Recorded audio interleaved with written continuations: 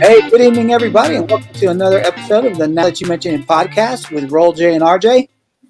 I'm Roll. I'm Jay. And of course, I'm RJ. And we just want to say thank you to everybody. Thank you to all the love and support. Topo Chico, if you're listening, we love and support you. So come love and support us if you know what I'm talking about. Oh, yeah. You can check out, guys. You can check us out on our YouTube channels. Just remember to hit that like and subscribe button. Click the little bell so that you get notification when our new content comes out. Don't forget to listen to our audio only, podcasts on Podbean, Spotify, Apple Podcast, Google Podcast, and iHeartRadio. Don't forget to check out our social. Go check us out on Facebook, on the Insta.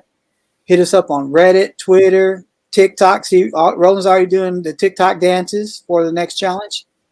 And if you're lazy like me, just hit us up on the Now That You Mention It .org website, where RJ has conveniently placed links to all that information, and where you can also click that merch button and go get you a Now That You Mention It t-shirt or hat.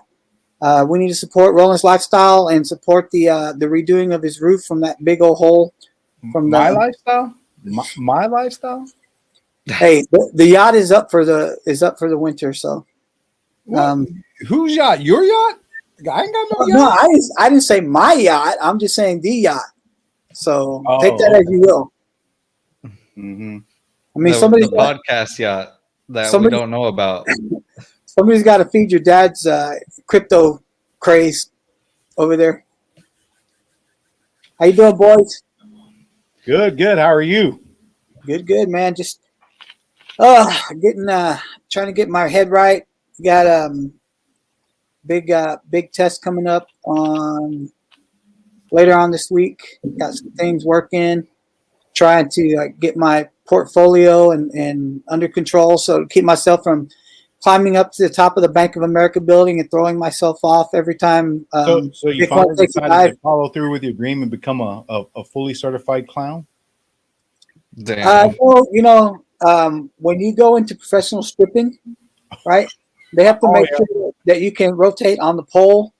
So I've been taking some pole dancing classes, and my finals are this week. Wow. I can't unsee that in my head now. Hey. I may not be able to talk for the rest of the podcast. Don't ask questions you don't want the answers to, my friend. He's going to go work at what's that male strip club? La Bear? Huh? La Bear? Yeah, La Bear. What was that male version of Hooters that they had for a while? Oh, Tallywhackers? Yeah. Yeah. I'm gonna go. That was fast how you came up with that name on the spot, Jay. Well, because they kept trying to recruit me, and I had to keep turning them down. After so many recruitment letters, you can only it's hard to unforget a name. My bad. Jerry, if you're listening, that's what it must be. Cowboys. Jerry, if you're listening, your proud servant over there is mourning the loss today of one of the greatest linebackers in. First of all, I didn't say all that. Better than that win. Definitely better than that win. Bite your tongue. Only because he was an A&M product. That's the only reason. I picked that A&M.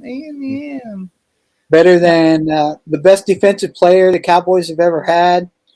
Oh, let's tap the brakes now. Come on. Better than obviously, for those of you who may have heard today that Sean Lee, better than the Cowboys linebacker, has retired after 11 seasons with the Cowboys. Well, if you count how many full seasons he's played, it's only after 6. So,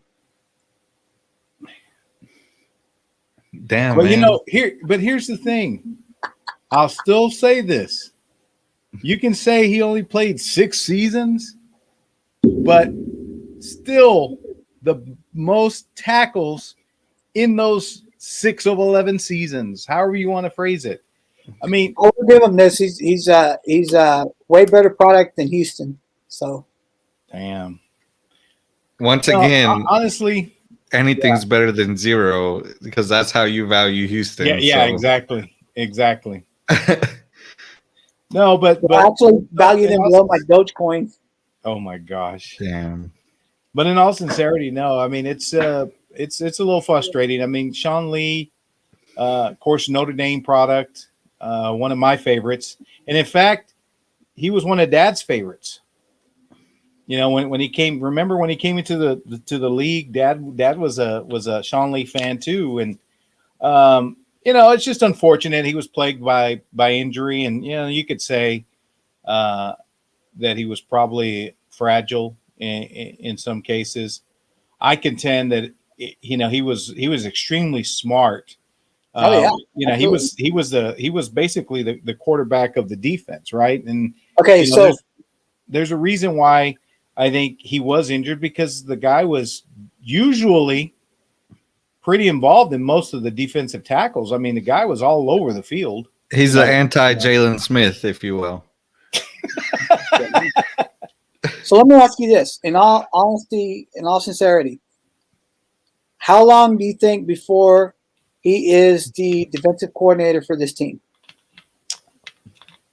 you know that's an interesting question you asked because I mean I think he is capable of coaching, and I mean Well, he is really anybody, smart. anybody who saw any of the episodes of All or Nothing when it was on, I can't remember if it comes out on HBO or Amazon or one of those streaming Platform. services. Mhm. When they would show the defensive meetings, he was basically running those meetings for Rod Marinelli. I mean, Wow. he was the one talking about. Have you seen All or Nothing, Roll? No. Dude, you have seen RJ? No. You guys need to go check that out, man. Go back and find the All or Nothing season of the Dallas Cowboys. There's some good stuff in there, man. But one thing that you did notice was that when they showed Sean Lee, when they would show the defensive meetings, Mhm. and he was basically running those meetings. He was, you know, telling everybody. He was up in front of the projector showing people where they were making mistakes and breakdowns and coverages. He was telling people, man, if you just shifted, you know, 6 inches over here, this is what could have happened. He could break down film, man, and it was.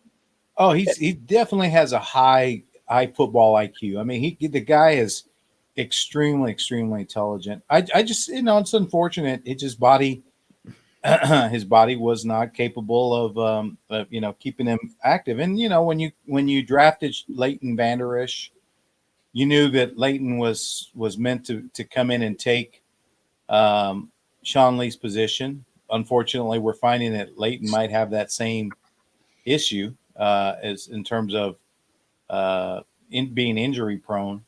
Yeah, and you know, I think the main difference between him and Sean Lee is that Leighton, I think, although he has a high football IQ and maybe a high sense of where the ball is, I don't think he's on Sean Lee's level when it comes to being able to read an overall offense the way I Sean agree. Lee I would. agree. Yeah. I think he's more focused on his position. He's more focused on what his responsibilities are, what gaps he's supposed to cover, things like that. And he's very, very good at it. But when it comes to the whole overall picture of what the offense is trying to do, I think that's where Sean Lee's more invaluable talents Sure. were on display. Yeah, I agree with you.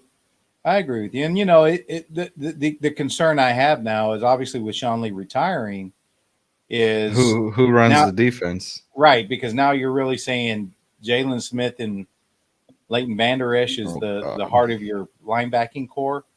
And I'm sorry, I'm with RJ. You know what I've seen out of Jalen the last couple of seasons has been extremely underwhelming. You know, I just maybe I've lost confidence in him. But you know now it speaks to who's going to fill that void. So For a defense that was so bad last year, No, this just kind of no makes it doubt. worse, unfortunately. Right. yeah, no kidding. Well, I have, you know, often clowned with my dad about Sean Lee because he's, you know, oh, Sean Lee this, Sean Lee that. And, you know, I would point out the same thing.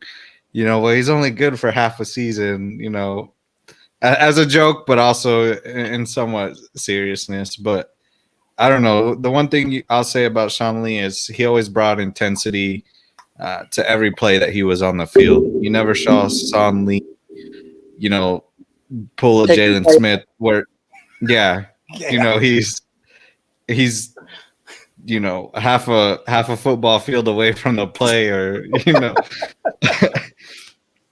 Damn. and he always hit hard, which may contribute to why. Well, and I think the other thing too is Sean Lee was really his mindset was make the tackle, get back to the huddle. Yeah. And I think sometimes RJ, you get infuriated with Jalen because they could be down 14 or 21 points. Give him that he makes one whoop. tackle and he gets up and he celebrates like he's celebrations, yeah. Yeah, like their defense has been rocking the other team the whole game. No, and I get that. I think Sean Lee was a little bit more. He was a lot more subtle about it. He was kind of one of the guys that, he made a play. Get your ass back in the huddle. We got one more. I think he was a team player instead of oh, look at my stats. He wasn't. Yeah. He didn't. I don't think he really cared about stats. And it's. In a way, it's the end of an era because wasn't he the last one? No. Well, there's still some linemen from the Des Cottet run. Yeah. Tyron for sure. Yeah, Tyron for sure was there. Zach Martin. Yeah, but even those guys, man, are on the very tail ends of their career. Yeah, yeah. Tyron's you're right, not Jay. too And far that's behind. one of the things I was talking to RJ about this morning is you got to now go into this draft. The draft is here in a couple weeks. I mean, you got to go into this draft with the mindset. It's this week. Oh, my bad. This week, with the mindset of working, trying to help your defense, but you got to go get some line. You got to go get some O line because even Tyron Smith, as great as he has been, same thing. You're right, Jay. He's older. He's breaking down. It seems like he's missing. Regularly now, he's missing 3 or 4 games a season. Yeah, that back of his is not doing him any favors, man. Mm-hmm. And as somebody who has dealt with back pain for the better part of their adult life, man, it sucks. It's debilitating, man. When some of that stuff, it just, as much as it's hurt me over my lifetime to think, how in the hell can these guys be playing football with pain like that?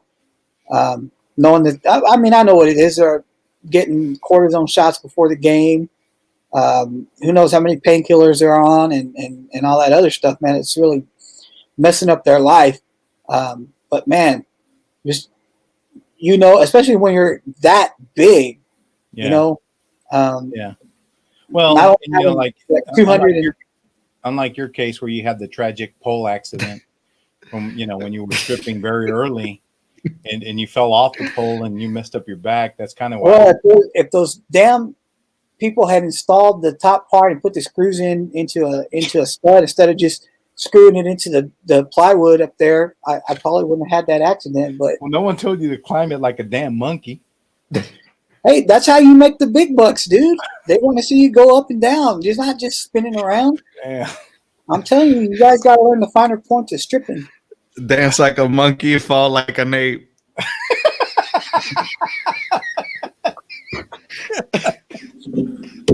Damn.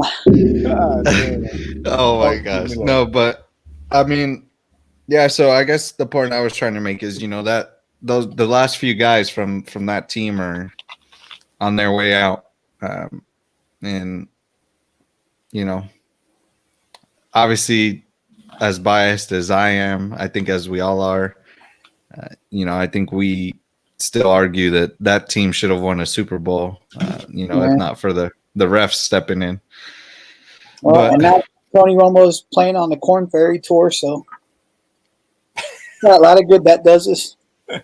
Yeah. Coulda, woulda, shoulda. And on to other injury prone first of all, athletes. Sean Lee, thank you. Stay hard. I'll say this. If he wouldn't have had the injury problems, he would have been a Hall of Famer. Oh, yeah. I agree. Easily. You can say the same thing about old Kristaps Porzingis. Damn, man, why are you coming for Kristaps, man? He's only in his 20s. Out yet again. Yeah, but dude, he's just as bad injury prone as Sean Lee is. I mean, shit. He's only been here less. Well, he's been here what, a year? Yeah. Well, total maybe 2. Well, yeah. Oh, playing. Sure. Yeah. Yeah. about a year total, and he's already out again for the 5th time. Yeah. Well, so I don't know. I think I wonder how much of that is the Mavericks protecting their investment. Well, I don't know, man. Did you see the game the other day where he turned his ankle? No. Which game was that? Like 2 games ago, when they were playing the Lakers. I watched last night. Back to back. Oh, because they played the Lakers back to back, home and away. They played one game here and then one game in LA. So which the game in LA where he twisted his ankle. Oh, okay. So no, I saw the one here in Dallas. Yeah, he didn't play. I didn't see the one in LA. Well, Jay, you brought up an interesting point with respect to like Tyron when you talked about back issues and the size of that athlete. Yeah, I wonder if Kristaps has his size has to do something with it too, because we know these guys are at a way higher level than most common people, right? These guys are super athletes, but you still got to imagine what does all that force that they generate do to their bodies? Oh yeah, no, you're 100% right on that, man, because the history of big men who have been injury prone in the NBA is long and illustrious. Mm-hmm. And there's only certain guys out there that are so big, for lack of a better term, freaks of nature, that don't get injured on that size frame. Shaq's one of them. Shaq was very durable for considering how big of a human being he is.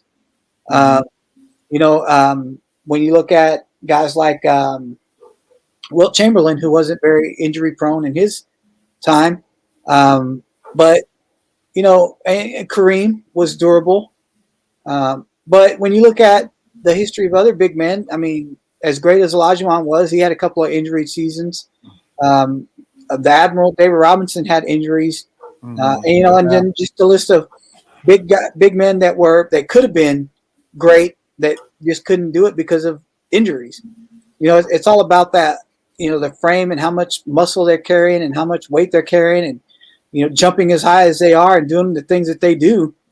Man, I mean, my name is even with Porzingis, he doesn't play like your typical big man. The role. Dirk kind of reinvented some of that role, but now you've got 7-footers that play perimeter ball. They shoot threes. They move around. They play the perimeter. They work from the outside in. When historically that 7-foot guy was your center, or at the very least your power forward who was playing a little bit more.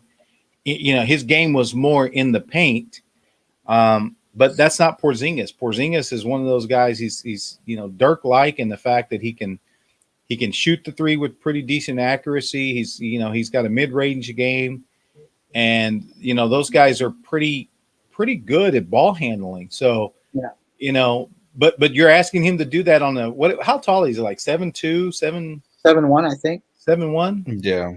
And I mean, that's still a lot of weight and a lot of force on an ankle, on a knee, on a back. So kind of makes you wonder how Dirk was able to pull off that one-legged jumper for so many years without hurting himself. He's 7'3". He's 7'3". Yeah. Oh, Jesus. Who's the tallest Maverick, RJ? Ever? Boba. Oh, ever. I don't know. Wasn't he? Wouldn't it be Boba? Wasn't Bradley 7'6"? Yeah, Bradley was 7'6", dude. I thought Bradley was 7'6". Oh, okay. Never mind then. How tall is Boba? 7'4". Yeah. Sean Bradley couldn't play a lick of basketball, unfortunately. Poor guy. Rest in peace to his legs. I was just going to say, did you hear about his his accident? That's crazy. Yeah. He got run over by a reindeer in Utah. Wow. Well, so enough sports, guys. The other topic I wanted to talk about today was hey, hold on. Mavericks. Kudos to the Mavericks for getting to the 6th seed. I think they'll get the 5th seed. So they got to keep pushing, man. They don't trust me, man. They don't want to be in that damn playoff tournament, man. no, nobody wants that. I mean they're only a game and a half behind the Lakers, so you know it's not undoable because they've got a pretty good. The Lakers have the Mavericks have a pretty good schedule to close out the season. So yeah, the only thing is, man, God Almighty, is they got to stay away from being so damn streaky with their shooting, man.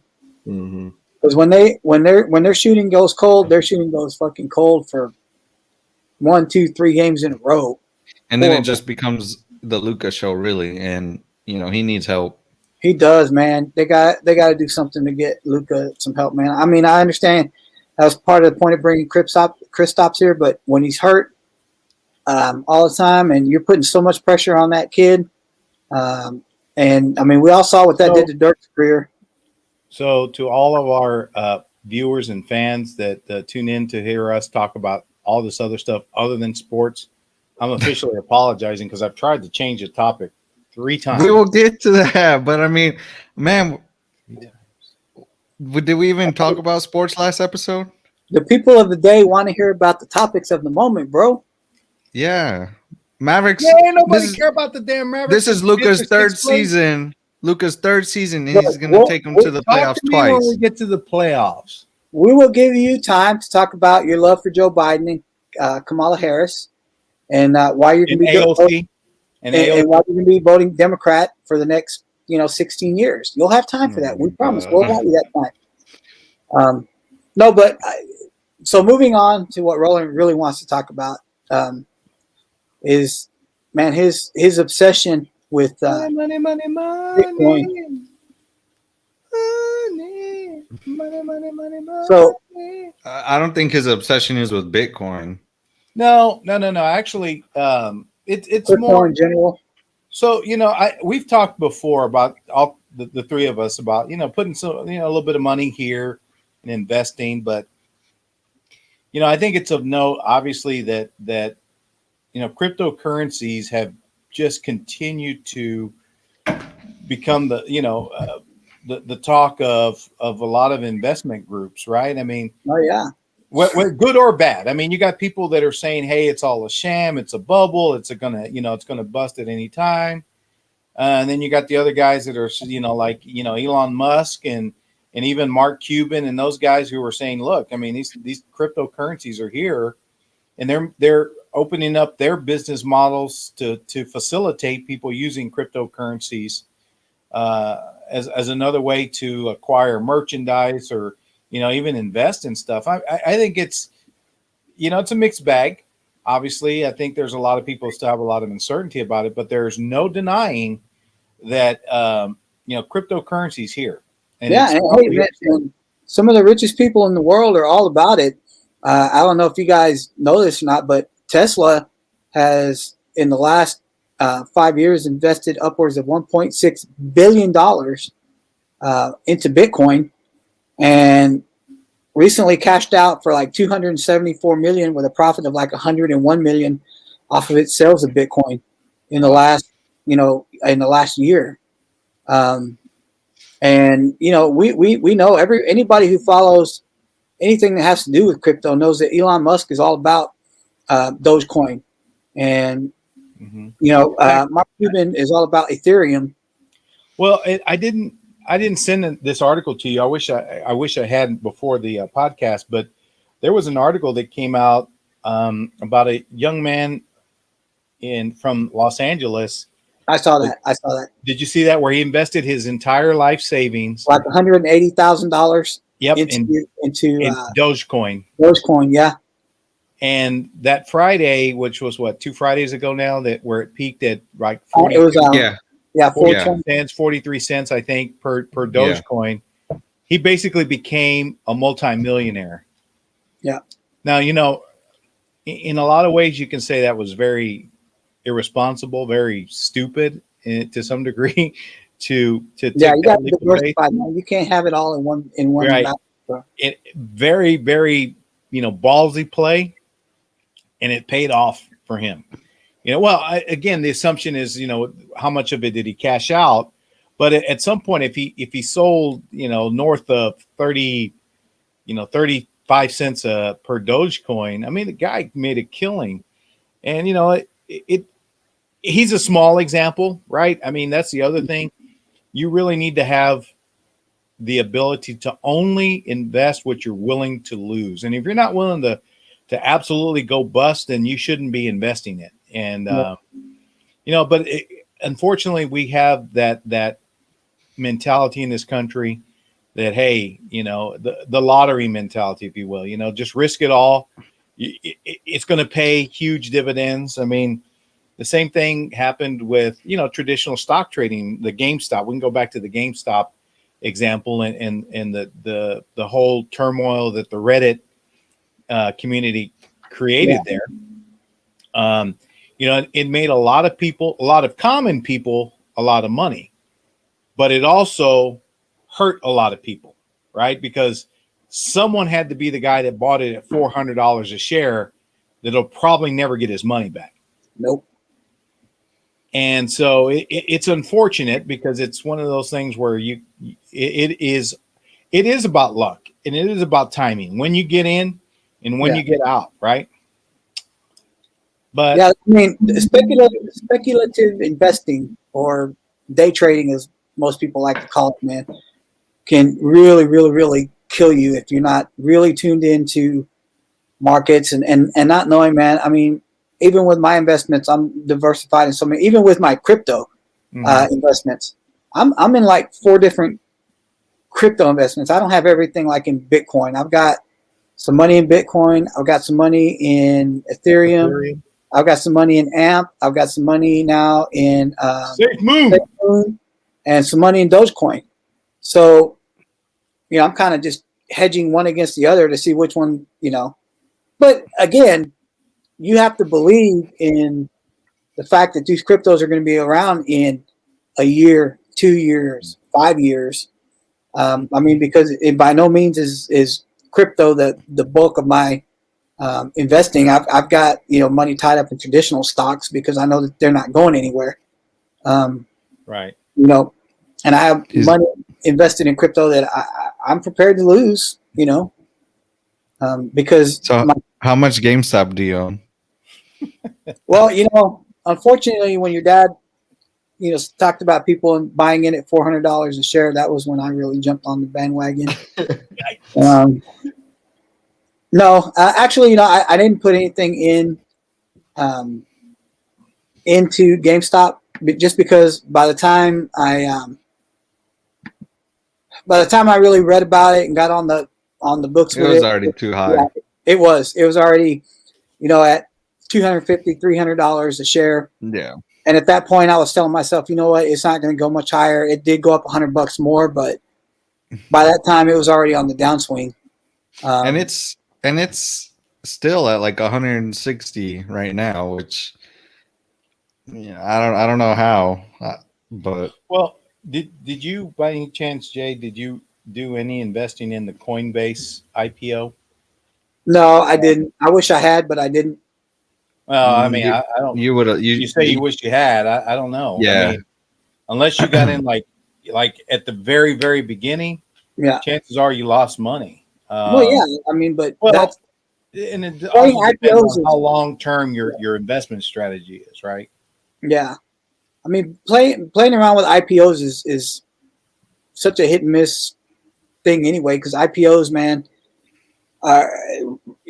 people get real big on them because a lot of times they'll come out of the gate charging, but man, when they drop 5%, 10%, 20%, 50% within the first year, people are like going, what the hell happened?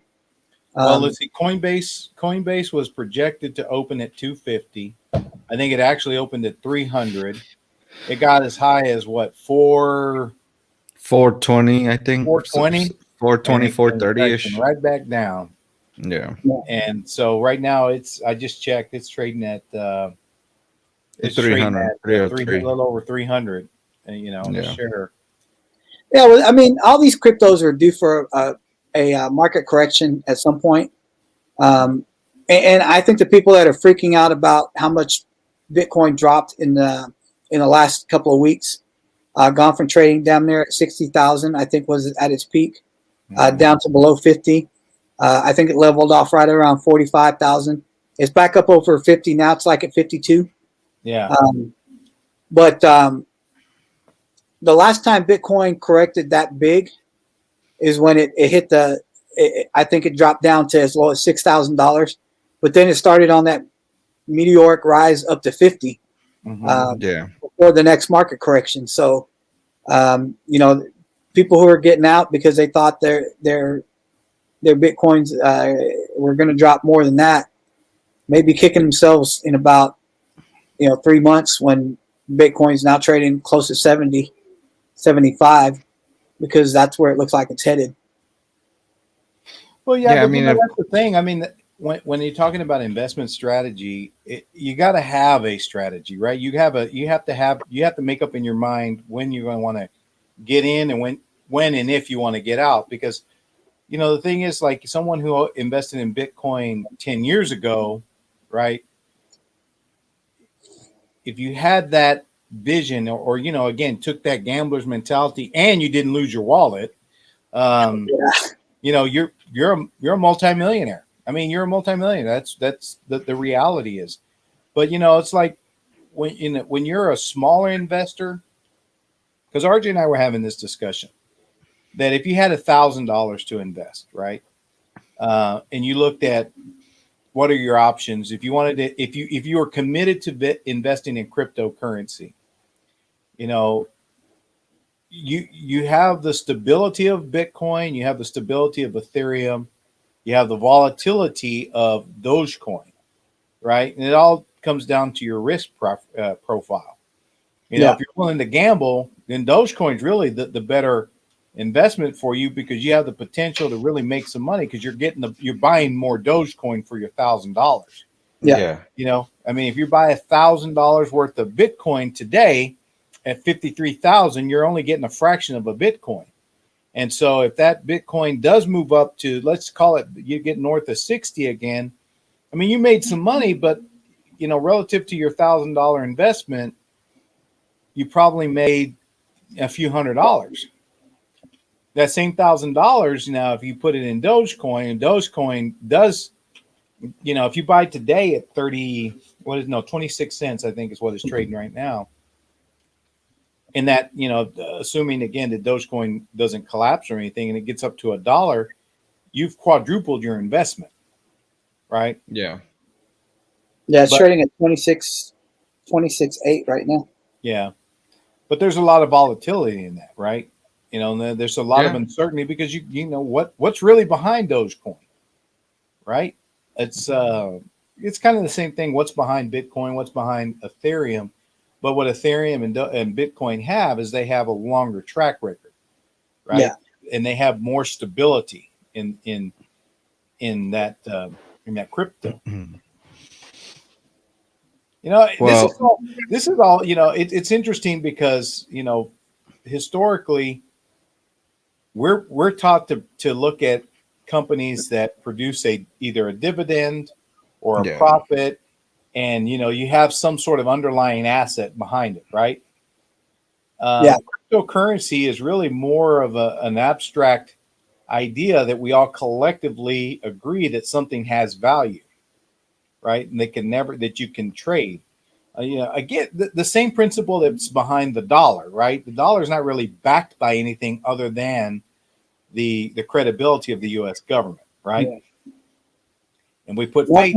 My goal is to get an actual Bitcoin, like an actual. Have you guys seen those? The actual coin. Yeah, that has your code on it. That has your blockchain code and all that other stuff. I want one of those. I got to get those. I got to figure out how to turn my computer here into a miner for me, so I can start mining for Bitcoin. Well, I'll tell you this: you got the wrong computer for it, because unless you have the Apple, freeze, or you got that little crank you got on the side that you got to spin around to get it going.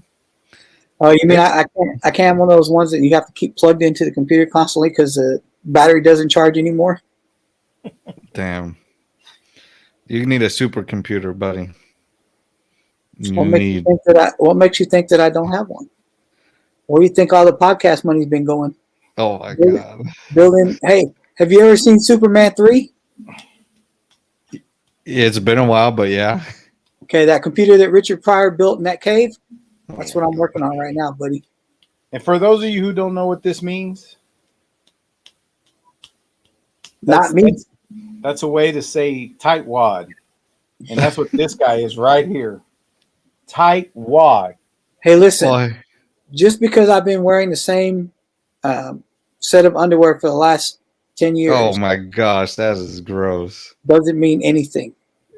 No, man. I'm gonna send that clip to I still go Extreme back. Coop. Huh? I'm gonna send that clip to Extreme Couponers, or what's that show where maybe it's not Extreme Couponers, but there's a show where the premise is Extreme cheapskates. That's what it's called. yeah, Extreme Cheapskates. That's what it is. I still love his ploy though, man. Every time we go out to eat, he's like, "Oh man, I forgot my wallet in the car. Be right back." It's just like, all right. So you're waiting there. You know, the waitress just brings you the bill, and you're waiting on him, and all of a sudden you see his car pulling off in the distance, heading up the road. It's like, damn, man, did it again. Oh, I gotta go to the restroom real quick. Oh man, all I got is 100, man. I ain't got any small bills. Catch it this time. I'll catch you next time. RJ, all I'm saying is I would have went to Salt Bays and not paid $1,200. That's fine. Hey, Salt Bay, there's a hair on my steak. Hell yeah. He done like this, started stuck it on the. Oh, there's a hair.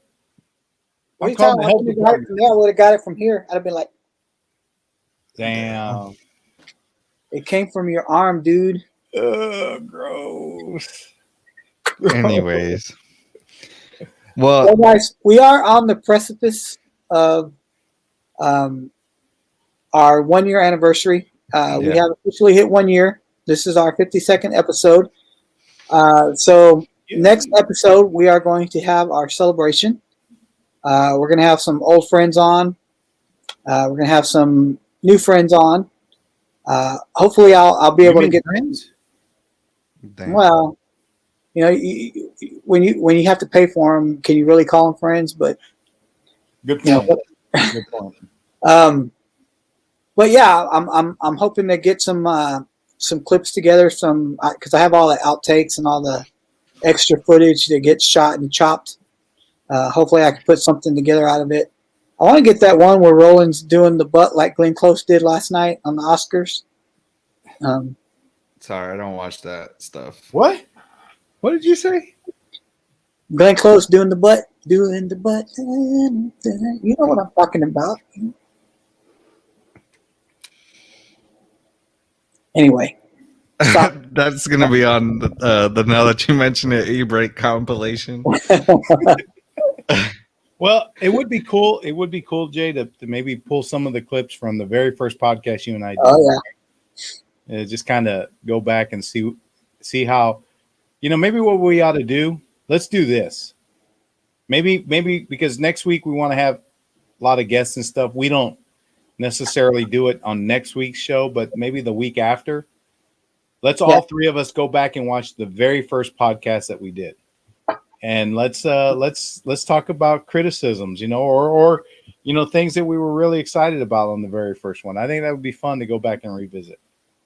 Yeah, I think the very first one y'all talked about Earth Day. No, that was episode 2. Oh, okay, yeah, you're right.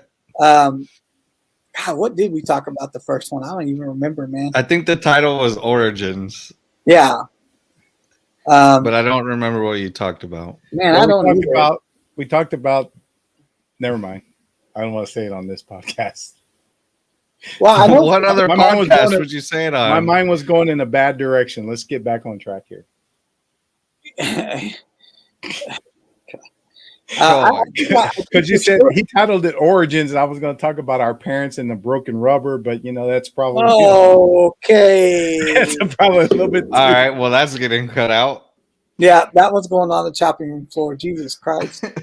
You better leave that in here. I swear. No, please don't. Please do not. I swear. I don't want to dishonor the memory of Jesse P like that. You do remember that your daughter watches this podcast, Oh right? yeah, you're right. You're right. Edit it out. I know for sure we talked about COVID and the lockdown because about this time last year is when the lockdown had just. Well, and that's the reason y'all started it, was because of quote COVID and quarantine. Yeah. God, man, it's just to go back and think about, the reasons why we started the podcast and things that we first talked about and how things have changed in a year. Cause I think I remember us talking about, we didn't know how long, we were going to be in that kind of state to where everything was shut down and locked down and when things were going to get back to normal. And here we are, like a year later and Texas is back basically going full bore. Although, all just vaccinated. As a side note, I don't want to get back in too much into COVID talk, but this morning on the drive-in, I heard that, now they've identified a Brazilian strain that's here in the DFW Metroplex. So we've got the British strain, the California strain, the New York strain, and now the Brazilian strain that's all, that's all of those strains have made it here to North Texas, right, into the DFW metro area. And, thankfully they're saying that the vaccines still have an effective rate against those, but they're still they're obviously with new strains, you're uncertain of how effective, right? It's all just projections at this point, but no, I don't think COVID's going anywhere anytime soon, man. We're going to have to deal with the new norm. And I will say, I noticed how many more people are, I guess, getting comfortable with still wearing the mask. You still have a few people that absolutely refuse to. Yeah.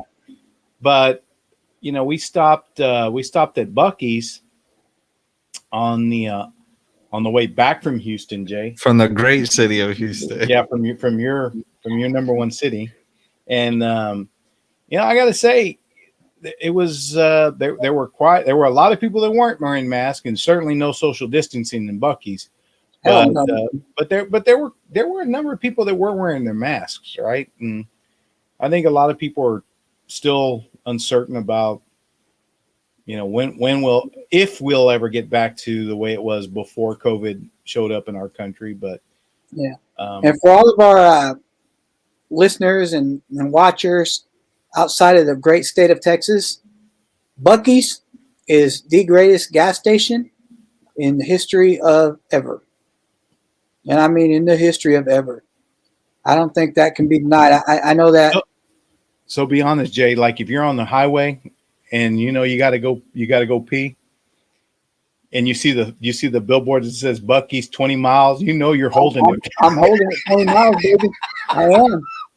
Because not only are they awesome, do they have so many damn fuel pumps, you're going to find the space no matter what. You ain't waiting for gas. Right. They have the cleanest restrooms ever. Yeah. I mean, immaculately clean restrooms. Mm-hmm. I can go get me a chopped beef sandwich, get me some jerky, a Slurpee, a T-shirt, a Yeti, a futon, pick up a smoker, some charcoal, and I'm sure somewhere in the back I could probably get some deer meat to throw on the smoker while I'm driving. Buc-ee's has everything. No, they do. I mean, those fuel centers are massive. It is incredible the following that they have created, and you're absolutely right. I mean, I'm the same way. If you're getting to where, you're running running low on gas, or you got to take a potty break, or you need to get some snacks for the road.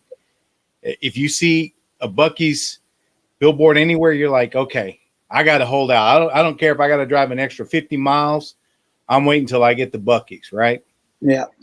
And, you get there. Hey, it's one of the triumvirate of great Texas companies, Buc-ee's, H-E-B, and Whataburger. No doubt. And Pluckers. Don't forget Pluckers. Wow, you're such a hater. Yeah, Pluckers. The layout was strong on that one. So, okay, so let me ask you this, dude. How many Pluckers points do you have? Are you over 1 million yet? No, I haven't been in a while, to be honest with you. my wife has been crazy busy with nursing school, so our time for going out has been cut a lot more than it was during the pandemic. Well, you get what I'm saying. Is that like the pandemic? School was not as well. First of all, she's getting deeper into nursing school, so there's just more on her plate. But obviously, the normalcies of life are returning. So, I mean, at one point, I think I had over 1,200 points. Holy shnikes. But I think I'm down to like 300 now because we've redeemed some of them, used them to get free meals. And just so you people out there know, it's like $1 a point. And of course, alcohol doesn't count towards it. Oh, yeah. So that's just on food. Yeah. Yeah, I've been really, I started a food group on Facebook, and the whole point of it was because I just wanted to get out and try some different. I got tired of eating at the same restaurants all the time, so we've been trying to get out and try some new places. So we found a couple of new places. So I had never been to Maple and Motor. Have you guys ever been there? Oh yeah, yeah. It's been a while, but yeah, dude, that fried bologna sandwich that they got over there is it, man. That was probably the best fried bologna sandwich I've had in a long time. Really? Other than what I made myself. Oh yeah, really good. There's only one place that it used to be down. It's down in the Waxahachie area somewhere. Mm-hmm. It's a barbecue joint that does smoked bologna. And if you've never had smoked bologna before, dude, I can't remember. I got to find that place again. It was fantastic. Well, it's funny. It's funny you kind of mentioned that, bro, because I think on past episodes we've kind of toyed around with the idea of having eating challenges and stuff like that, and I think for a number of reasons, we've had a hard time really just kind of setting that up. But I think maybe what would be ideal is, just like, okay, so you're talking about the fried bologna sandwich, right? Yeah. What if on one episode we choose an item, whether it's food, whether it's a beverage, whether it's, even clothing or something, a product, hair product or shaving product, whatever. And all three of us have to A, try it on air, and B, give our immediate review of it.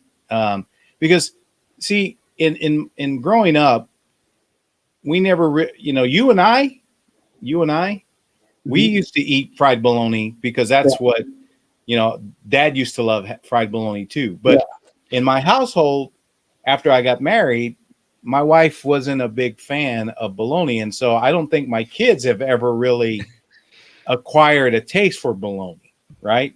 Or spam, or potted I still love it. I said, or spam, or potted meat, or deviled ham. I've had spam. Yeah. Dude, spam is awesome. Yeah, spam is fantastic. Good, it's just bad for Alex you. will eat some spam. Alex likes spam. I don't know if RJ's, high on it, but we ought to try that fried bologna sandwich. All three of us, right? Yeah. Because I'd like to see what RJ thinks about it. Because again, he's not a bologna guy because he wasn't brought up that way, right? First of all, it's bologna, but No, it's not bologna. It's bologna, dude. Listen to the song. Even Oscar Mayer tells you, my bologna has a first name. It's OSCAR. My bologna has a second name. It's MAYER. And if they ask you how, say something. I don't remember this. Wow. I didn't realize Oscar Mayer became the credible Oscar source Mayer for has a grammar. way with BOLOGNA. It sure does, bologna. Yeah, I mean, I've been trying a lot of different places. There's another place over on Maple called Maple Landing that we tried the other day. I had a really good pulled pork and chipotle slaw sandwich. And then we found this. Oh, dude! So one of Diana's clients turned around to this Chinese restaurant up in Richardson. Okay, I'm out there. Why, you don't like Chinese food? No. Let me ask you, when you say Chinese, like, is this a buffet or are we talking like No, five no, stars? no. No, this is legit. Okay, so the first one of the first jobs that I ever did for Dickies was in California, and the owner of the store that I was helping to open had asked me if I ever had dim sum. So I don't know if you guys know what dim sum is. Them some good wings. No, it's they're dumplings. They're Chinese dumplings, right? And so Yeah. you go to this place and they give you. It's not even a menu. They give you a card, and you just choose the ones that you have, and then they bring this cart over to you, and they have them steamed and fried, and you know you have choices of pork, beef, chicken, seafood, stuff like that. So we had lunch there a couple of times, and it was fantastic. Well, in Dallas, I could never find a dumpling house like that because I love dumplings. Chinese dumplings are good. And so this lady, one of Dinah's clients, had turned us on to this place. It's a Chinese food restaurant. It's not a buffet, RJ. These are legit, like 5-star Chinese. Like this was actual steak in the fried rice. This wasn't Okay. That's right up my alley then. Fake meat. See, it's not that I don't like Chinese food. I'm just picky about where I get Chinese food from. Yeah. No, and this place is basically like a little China up there in Richardson, dude. Everything around there are Asian stores, markets. But man, they had some good ass dumplings up there. Oh, I had like 3 different kinds. They have these spicy pork ones. They have like juice in them. When you bite into them, they explode in your mouth. I know that sounds gross to you guys, and I know it sounds dirty, but man, I'll take exploding dumplings any day. I'm all for it too. I mean, he just needs to see the health inspection report before we go there, because he's like, I mean, no kidding. If we're driving around and I look at a Chinese restaurant and say, hey, let's go eat there, he's like, I'll just go to Whataburger then. I'll just see you over after you eat. I mean, literally, man, he will not try. You know, if we're on the road, he'll try some other restaurants. In the Chinese category, he will not. He will absolutely not try them. He won't do it. Hey, I mean, we all have our affinities for a reason. I mean, I'm sorry, I'm not on all kinds of seafood, man. I just am. I don't eat seafood, and I get it. I mean, I'm sure there's something out there that you don't like to eat. Liver and onions. I don't know. I'll eat liver and onions. I'm trying to think. What is it he doesn't like? I mean, there's certain seafoods I don't like. I mean, I won't eat crawfish. I won't eat it. Would you eat that thing Gabriel ordered that one time? Huh? Would you eat that thing Gabriel ordered that one time? The fish with the face on it? A mojada? Yeah, I would, but I mean, it wouldn't be. Part of it is like it's you know, you got to know how to eat certain foods, right? It's like lobster or even crab's legs, right? You know, I mean, if they're prepared right and then you know how to eat them, I mean, they're delicious. The meat's fantastic, but you know, if you're not an experienced, you know, or if it's, to me, if I have to work too hard to get the meal, it's like I'd rather just have a steak, right? Or I'd just rather have, you know, shrimp or etouffee or gumbo or anything, right? That's how I am. Unfortunately, I'm very, you know, I feel like we're paying good money, you know, to eat food, and you know, if you got to certain times, I just feel like if I've got to work to eat for the food I'm paying for, then why am I doing it? But that's just me, right? Yeah, I think it's a good idea. I think we start laying the groundwork for it and see how it goes. Yeah. So maybe what we do is let's. I'm intrigued by that fried bologna sandwich, so I think we ought to try that. Let's figure that out. It was excellent. I'll try it. I mean, I see that you know, the clock's getting a little long. It was great catching up with you. Hopefully, you know, next week's episode will be awesome. Having our guests and friends and just having people to come celebrate with us, because you know it is an accomplishment that we've somehow managed to stick with this for a whole year. Been a lot of changes, and I think we've had a lot of good times. Well, but with that said, we definitely want to thank all of you for tuning in for another episode of the Now That You Mention It podcast. We really appreciate your time. We hope that you guys will hit the like and subscribe button so that as we continue to drop new content. You guys will get notified.